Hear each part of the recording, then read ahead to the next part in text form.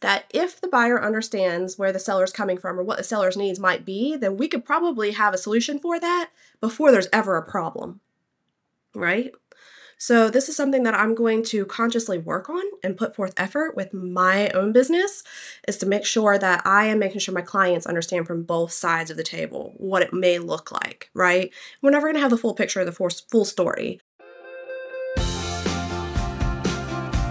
Hello, welcome to Closing Chapters, Everyday Real Estate Tales. I'm your host, Brittany Fry. I'm a realtor, I'm a military wife, and I'm a mom. Join me and come transaction by transaction throughout my real estate career starting back in 2016 to hear about the highs, the lows, and the unexpected turns along the way through all of my customers. It's going to be a crazy ride, you guys. I am so excited to share the past, the current, and then what's coming in the future. Hang tight for the ride. Join me about being a realtor, a military spouse, and a mom. Can't wait to see you there. Hey friends, welcome back. I am so glad you joined me for this episode. This is going to be another little bit of a spicy one.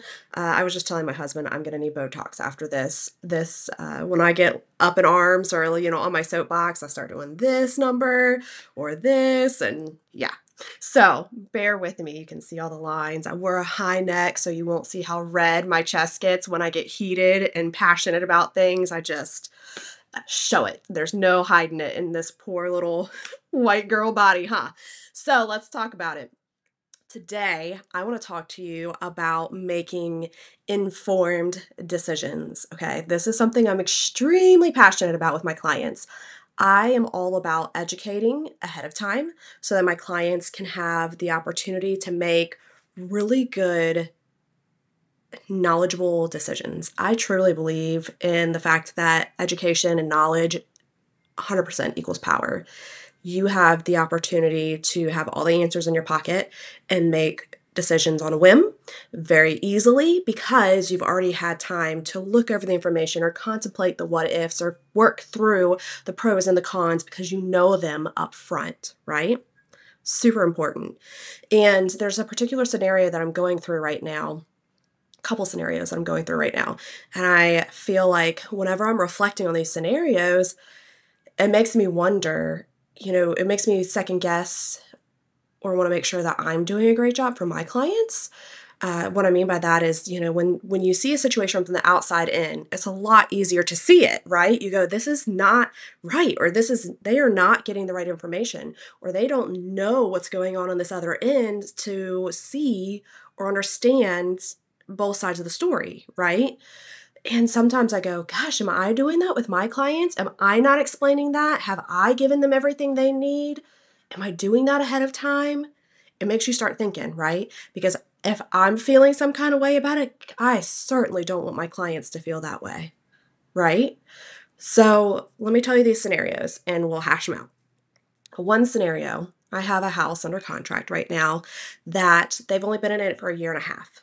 And the same home inspector inspected the house for the new buyer a year and a half later. And there were some discrepancies that came up on the home inspection. One of which there was a comment made to the current owner, like, hey, this is no big deal. You don't need to worry about that. Didn't put it on the home inspection. Puts it on this current home inspection and says, hey, this needs to be addressed. Now, it's something that would not pass code. So I told my seller, I said, look, you're the driver, but if it were me and I owned this property, I would fix it. Because if you were trying to get a certificate of occupancy, this would not pass code. You would not get that paper, right? Just because this was done in retrospect after the house was owned. Mind you, my seller did not do this. It was already there when they bought it and they were told, no big deal, let it go. And they did. They didn't mention it at all when they bought the house. And now it's being brought up, okay? That feels really rough, doesn't it? And I didn't know at the time that the same home inspector had inspected his house until he told me. He was like, hey, I had this conversation with the inspector. And at first I said, was it the same company or the same inspector? He was like, same company, same inspector. And he sent the report over to me, and sure enough, there was nothing on it about this item. And then there's a secondary item that is a huge ordeal. I'm talking like structural ordeal. And we cannot wrap our heads around the fact that this could happen in a year and a half's time. Because the reality is it probably didn't. I don't know. I'm not a contractor. I haven't lived there. I'm not going to ever have that right answer correct. But it feels really icky knowing that this folks, my sellers, bought this house a year and a half ago, and this issue was probably existing then and did not get addressed for them, and now they are footing the bill for it, right? So, and then there's some other things too that's been mentioned, one being the roof. Well, once again, there weren't any roofing issues mentioned when they bought the house a year and a half ago. Now, can you have major storms and things that happen? Sure. Have we? No, not really. Not in South Carolina. It's been pretty chill, surprisingly. So, when the buyer's agent says, well, but what if there was hail damage? But what if they can't get homeowners insurance? And I said, look, you know, the seller bought this house a year and a half ago. If he was able to get insurance a year and a half ago and it was all gravy then, what has changed significantly in a year and a half? And like I said, sometimes there can be huge significant changes, but on the regular, not really, right? And here's another thing that's really complicated about this. The buyer's agent made a comment to me about how she has had two scenarios recently where homeowners insurance policies have not been brought to fruition because of the remaining life of a roof. Okay, let me ask you something. If you have Verizon, I have Verizon, and you pay off your phone every 2 years and they offer you a free phone, right, with a new line or a discounted rate or some sort of bonus, okay? So they are technically telling you, right? They're like, every 2 years, you should be getting a new phone. That is the life of your phone, right? Is it? Does your phone die after 2 years on the dot? Battery won't charge anymore. Screen won't come on. I can't make a phone call. 2 years on the dot. Time to get a new phone. No. All right. Let's talk about an HVAC unit. My 1960s house has the original HVAC unit in it. My HVAC unit from the 60s? No, but it's probably from the 90s. Okay? It's still kicking. We've had the ductwork replaced just to be on the safe side. It actually wasn't even that bad of shape. We just thought that it was causing issues with air quality in the house, so we made the decision to replace it and add in an additional return. But it's still working. I moved into a new construction house in 2021. Our first winter, a few months after we got into the house, the lines froze all the way up into our attic. Okay? Brand new. And it completely froze out the unit. It was a simple, easy fix, but still, my point is it doesn't matter how old something is or how new something is, we never know the true lifespan of it. We don't know if it's going to be good today or bad tomorrow. You can have indicators, you can have judgments, but there is no yes or no. And these kind of things really just kind of like bite me in the butt. I really have a hard time with it because I said to her, well, how do you know how much longer the roof has? Is it leaking? Are there any active leaks? Is there any active discrepancies where, you are seeing wood sheathing that it is open to the attic space? No. Is it in its proper form? Yes. Are there a few torn shingles? Yes. Are we replacing, the boots? Yes. So are we doing the maintenance on it? Yes. Who are we to know, right? So I feel like some of this stuff is so hard. And I also want to tell you this just because from our side, as a realtor, she's right to prepare a client like, hey, your insurance company may question this. Your insurance company may throw a red flag here. But the reality is we don't know how long this roof has, and neither do they. So, we'll deal with that when we get there, right? That's a road that bridge we may have to cross. But to speculate and just say up front, oh, you need to get an insurance company out to check the roof because I don't think my buyer can do X, Y, and Z, that doesn't fly, you guys. That's not the right way to go about it. So that's scenario number one. It just goes to show that sometimes if you have the same person, and this is a really good indicator of how it is when we go back through houses more than one or two times, right? As a buyer, right? Or as an agent, you notice something different every single time. All right, the same home inspector thoroughly went through this property in a year and a half's time and called out completely different things that One we know was already existing a year and a half ago, and two, one that we don't know but should probably have been there, okay? So it doesn't matter who you are, right? We all learn and grow and change, and our focal point goes to different things, right?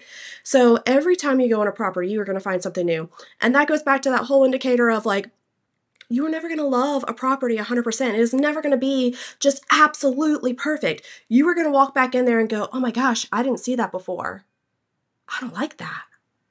But it's okay. We move past that, right? Because by the time you put your stuff in and organize everything around, there's things you can fix, things you can change, or you're going to just cover it up for the most part, right? I have people that say, gosh, I don't, they patched the wall here and it's two different colors. I don't like that. Okay, well, do you think you have a picture or some sort of decor that you're going to hang there? I mean, you're seeing blank walls, you're seeing every single little defect. And sometimes it's so overwhelming that we don't see other things. And then we come back in and we go, oh my gosh, there's something new here when it was really there all along. Okay. So remember, we all need a little bit of grace with all of that. But we also need to be educated. Why wasn't my client told I didn't help him buy this house? So let me put that on the table first before I say this. And you're like, well, Brittany, you probably were the agent because I wasn't. But if this is a codes issue with the one item, why didn't his agent tell him that?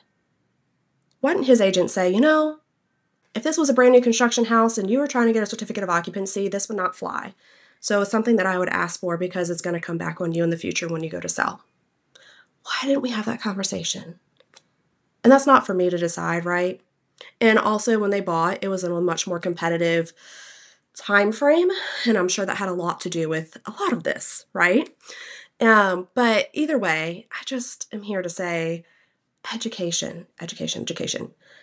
He probably was not told that that was an issue for codes, right? That it could be an issue in the future. And if he would have, he probably would have made a different decision when he bought and asked for something to be repaired, right? So it's up to us to really give them that information. Now, I didn't tell him he had to fix it. I told him what I would do if I owned the property, right? But also, I want to talk to you about numbers, okay? This is another scenario that I'm going through right now. I have a scenario where rates are high, right? We all know rates are not the perfect scenario anymore, which is okay. But one of the things that we can do to help with that is if we're able to buy down the rate, right? So I have a scenario where the opportunity has been given to buy down the rate by getting a larger seller credit. Okay, so the scenario is that we are asking for the seller to raise the sales price $5,000 and then add $5,000 to the seller credit, right? So it's a wash essentially. Okay. And the scenario here that is so frustrating is that the agent just wants to keep rooting for the wrong side, right? The agent is like just coming back and saying, hey, well, for the seller, they have to do this, this, and this. And for the seller, they're going to have to pay more costs. Okay, well, what are the more costs, right? And what it came down to was a commission and the revenue stamps. All right. So when you raise the sales price, then the seller's commission goes up that they owe. All right. So in this case, we were raising it $5,000 and the commission for that seller is 6%. And it's going to be $300 difference. All right. And then the revenue stamps, it's a set rate, $2 per $1,000 of sales price. Okay. So sales price originally was $305. And we're moving it up to $310. So the original revenue stamps was going to be $610. The new was $620. So $10 difference. So a $310 difference. And this agent is pushing back and fighting against us. So I said, take it off of the concessions. Drop it $310. Why are we fighting over $310? And so a little bit of background here, okay? The seller has owned this house for over 20 years. This seller is about to make a massive amount of money. $310 is not worth it to lose a deal and to help a buyer, okay? $310 it's fine. If it makes sure that we get to the closing table and that my buyer stays intact, let's do it, right? But also on the buyer side, $310 is not going to make or break it. So you subtract that $310 from the seller's concession, and then that buyer still has the opportunity to buy down the rate more than likely or get really darn close to it and only come out of pocket $310 versus $5,000, right? So, once again, there's misinformation going on here, right? There's no options being given or suggested.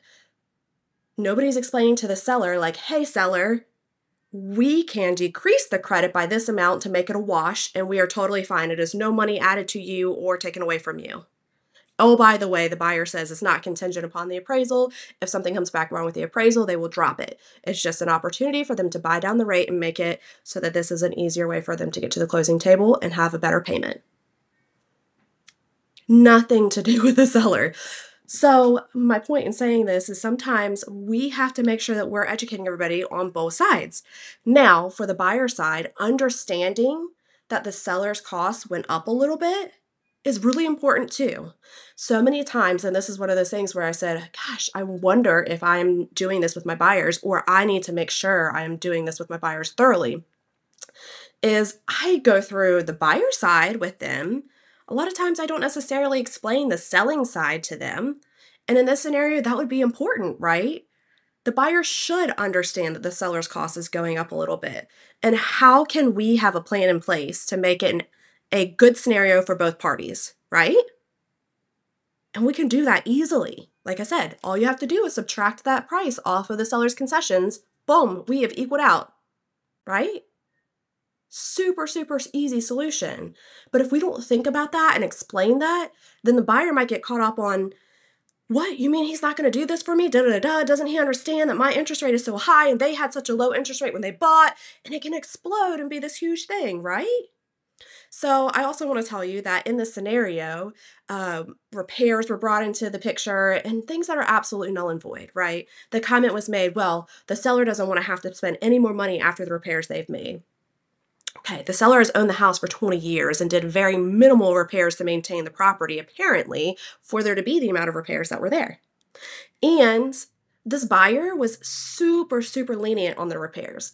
They absolutely said okay to not having repairs done on potential structural issues and plumbing issues, all right? And per the contract, the seller has to agree to those things, or the buyer has to be okay with it, or the buyer can walk free and clear, right? So that was a huge gamble there, and the buyers have been absolutely understanding. Part of it is that they know that they can handle some of this stuff. So they're like, it's okay. As long as it passes appraisal and we get past everything, then we'll handle that on the flip side. So once again, what the heck? You know? What the seller needed to repair has absolutely nothing to do with what the buyer needs for closing. Nothing to do with that. That's totally separate. We had already negotiated the contract before the repairs came into place. Yeah? So, once again, this is just to show that if the buyer understands where the seller's coming from or what the seller's needs might be, then we could probably have a solution for that before there's ever a problem, right? So this is something that I'm going to consciously work on and put forth effort with my own business, is to make sure that I am making sure my clients understand from both sides of the table what it may look like, right? We're never going to have the full picture of the full story, but I'm always very thorough on my selling side in particular to go through different scenarios and say, hey, if this was this is this is what this would look like. Or when we go through repairs, right? Whenever the buyer sends something over, we need to look at through their lens. Like, if you were buying a house and this was coming up, would it freak you out, right? How could it be getting explained to them? Because we have to understand from their point of view instead of getting all huffy puffy about, this is not a big deal. I don't want to have to fix this, right? Maybe it isn't a big deal and we shouldn't have to fix it. But from the buyer's lens, from their view, something has happened, a past experience or something has been said to them that has really worked them up and made them upset. All right, back to the other one with the inspection, discrepancies. There is a little bit of damage on a baseboard. Seller says carpet cleaner came in, left it too wet against the baseboard, hit the baseboard with the machine, and it peeled off a little bit of the paint on the bottom. Makes sense. It happens. Okay. And it's on the bottom little ledge of the baseboard, right? So the baseboard's completely intact. There's no like water wicking. There's nothing on the sheetrock, right? You can tell it's pretty medial just right at that one area. From the buyer's agent perspective, the home inspector has worked this up to like, there's got to be water coming in from the outside in. You have water coming into your property, da da da da. And she is super uber freaked out about it. Even though, right, and this goes back to who's explaining what, how, the inspection clearly says baseboard is dry, no moisture at the time of inspection. So if there was current water coming in consistently, and he said maybe from a sprinkler or something. Well, if they had sprinklers on consistently, don't you think it would stay wet? Anyhow, my point is we all have decisions to make regardless of what side we're on, and we all have to see things from both sides. And if we can educate our customers and our clients from the beginning and throughout the process, it makes things so much easier and it doesn't become a tit for tat. Also, agents, I'm talking to you for half a second. If your client asks you to do something within the realm of your job that is moral and ethically inclined, right? Do it. Now, I'm not saying put in an offer 100 grand less, blah, blah, blah, blah, right? I'm talking about like the day-to-day things. So this was the other scenario on the trying to build in the cost for the rate buy down. The agent was simply told to put in the request and didn't do it. Said that they were going to have a conversation with the seller agent first. Why? Why? If you are asked to do something, do it. How many times do we call another agent and they say, put it on paper and I'll see what I can do? Why aren't we putting it on paper and giving it to them so they understand this is a real request and then work through the details? Yeah? So that also made me think, gosh, have I pushed back anywhere where I shouldn't have? Should I have simply just said, sure, let me do that for you and we'll see what happens, right? Or should I have just said, sure, just so you know, maybe we should plan for X, Y, and Z. Really good food for thought. But when you're sitting here hitting your head against the wall going, why can't you just do what I asked to be done? It gets really frustrating. So I just want you to know that on both sides of the table, there are different things going on at any and all time through real estate. And this is the part where behind the scenes, you guys don't know that we are actually doing a lot more, or we are carrying a lot more of the load than you ever will realize. So many times people think that real estate is just this glamorous, oh, I open a door, I write on a piece of paper, and we all just get money and have a great day. And that's not the case. There's a lot of emotions involved. There's a lot of negotiation involved. There's a lot of trying to make somebody understand what you are trying to convey. And we all see things, hear things, perceive things differently, right? And we can all have the best of intentions. And sometimes that gets lost in the wash. Sometimes we forget that we have a mutual goal of getting to that closing table. There's somebody that wants to sell a property and there's somebody that wants to buy it. What do we need to do to make sure that that happens for both sides? Yeah? Because we don't want a deal to fall through. You want to know what the most disheartening thing is in the world is to have to go back in our multiple listing system and say, back on the market. It's soul crushing. Everybody thinks there's something wrong with the property. And it simply could be that there was so much miscommunication and lack of education that the two parties could not make very well-informed decisions and become together out of mutual respect. We can do this, you guys. We are all here to work together. This is not a push and pull against each other scenario. This is a what does each side need to give and take to make sure that we are making this a good deal for everyone. So, if you are ever my client and you feel like I am not educating you well enough or giving you enough information, ask for it. Say, Brittany, I need to know where's this number coming from. I need to know what this process looks like. I'm an open book, friends. If there is something that can be told, I will tell it. 100%. I think it's the best thing. Honesty is the best policy. Transparency is the best policy. You should know where the numbers are coming from. You should know the process on both sides. You should understand what it looks like to be on the buyer or the seller side simultaneously at any given point. And I'm here to give you that information. I hope you always find a trusted advisor that will be open and honest with you and help you with all of your real estate transactions.